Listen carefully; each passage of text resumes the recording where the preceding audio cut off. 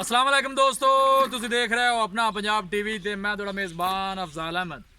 सब तो पहले अपने चैनल नू करो सबसक्राइब ते नाल ही लगी हुई घंटी नू दबाओ क्योंकि सारी लेटेस्ट और बेहतरीन वीडियो साढ़े दोस्तों तक पहुंचे सब तो पहले। लो जी दोस्तों, जिस तरह तुहानू पता है कि अपना पंजाब टीवी वीरां वास्ते रोज़ कोशिशां करता है कि अच्छे तो अच्छा जानवर और मकूल रेट ते जानवर लैके आइए। रोज़ तराज भी जनाब दो पहलन वैड़ा की वीडियो लैके हाजिर होए। सब तो पहले मेरा कैमरामैन तुहानू वैड़ा दिखाएगा तो मजीद गलबात करांगे मालिक दे नाल कि मालिक की डिमांड करते हैं। वैड नंबर 1 दिखाओ जनाब कैमरामैन साहब। आला क्वालिटी के जानवर मिल रहे हैं जनाब अपना पंजाब टीवी ते। कद शान बड़ा आला जनाब वैड़ी का। पहला वारा जनाब सूई है। मूँह चु किवें जी? मूँह चु जनाब दो दंद है। आला क्वालिटी के जानवर मिल रहे हैं जनाब अपना पंजाब टीवी ते। पिछे ने की है भाई जी? पिछे वच्छा है जनाब। वच्छा इन्हें दिता किन्ने दिन हो गए ने जी? तीसरा दिन है जनाब। थन माशाल्लाह बड़ा खूबसूरत मुठ भर जनाब मरले मरले ने वंडा लगे देख सकते हो माशाल्लाह। पहलन हो के सोहना जनाब थन वैड़ ने कढ़िया। आला क्वालिटी के जानवर मिल रहे हैं जनाब अपना पंजाब टीवी। थोड़ा जहा जनाब इन परवेज भाई छड़ के जरा टोरिया जे फिर हर चीज़ की तसली हो जाए। आला नस्ल जात वाले जानवर मिल रहे हैं जी।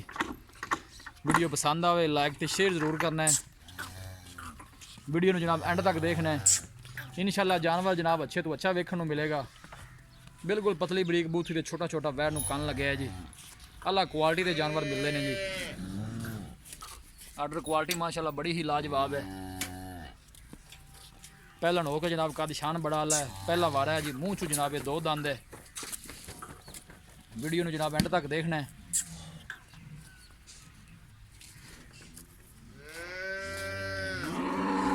कोशिश साड़ी ये होंगी कि वीरां नूं अच्छे तो अच्छा जानवर दिखाइए। बाकी लैने देने नसीब होंगे ने। कैमरे तो जरा थोड़ा जहा डरती है वैड। बच्चा आगे करो भाईजान।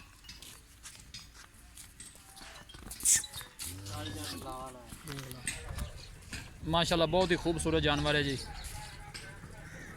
कद शान बड़ा आला है। पूरी जनाब मजबूत वैड है और गर्मी बर्दाश्त करने वाली है।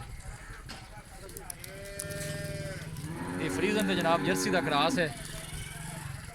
पीछे ने जनाब अच्छा है। तीसरा दिन है जनाब अज सूई नूं। माशाल्लाह खूबसूरत जानवर है जी।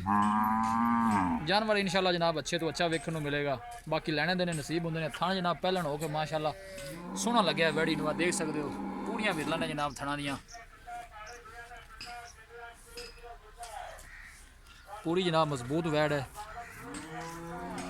लै चलो भाई वापस लै चलो इनू। बच्चा इन्हें अगे करो।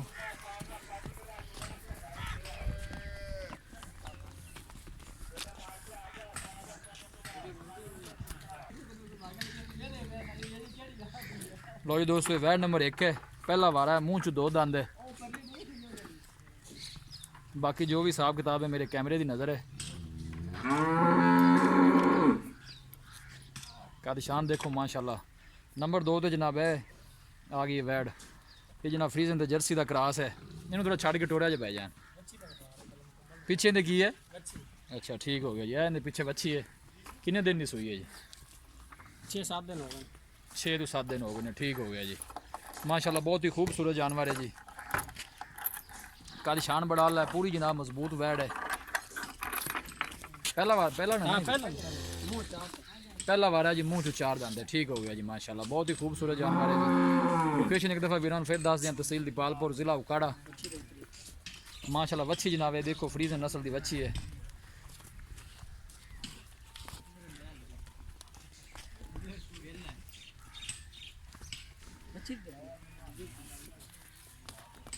वाह जी वाह, मौज मस्ती कर रही है जनाब है। माशाल्लाह बड़ा खूबसूरत बच्चा है जी।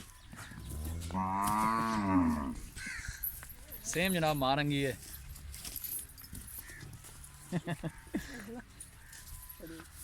देखो माशाल्लाह बहुत ही खूबसूरत है जी।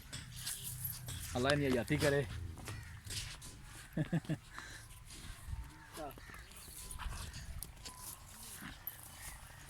वीडियो पसंद आवे लाइक तो शेयर जरूर करना है। इंशाल्लाह दोस्तों की खातर इस तरह जनाब मेहनत करते रहेंगे। ऐसा ऐसा भजन लै चलो किले वाले। वीडियो जरा थोड़ी लम्मी हो रही है। थोड़ी पक्के चढ़े की जनाब वैड है। बाकी डिटेल है जनाब वो मालकों को ले लेनी है। आप थोड़ा जहा ऐसे थोड़ा जहा भाई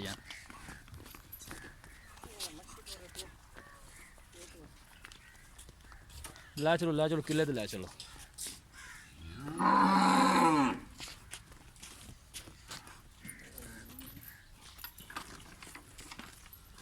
ठीक है बंद है जी।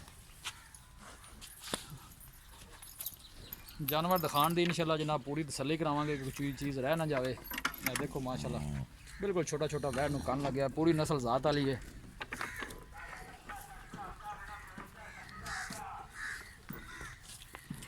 कैमरे जरा थोड़ा डर रही है, प्लीज़ भी तुम साइड से थोड़ा जाए जी।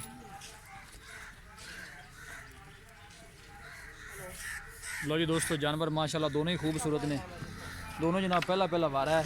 यह वैर जनाब मूँह चू 2 दंद है, यह जनाब मूँह चू 4 दंद है।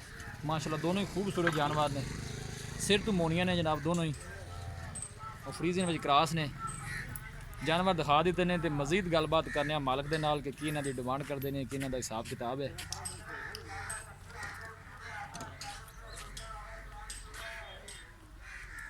आओ जी परवेज भाई, आज थले लाओ सारा। मैं आओ, ये वीडियो जरा लंबी हो रही है शायद मेरे को।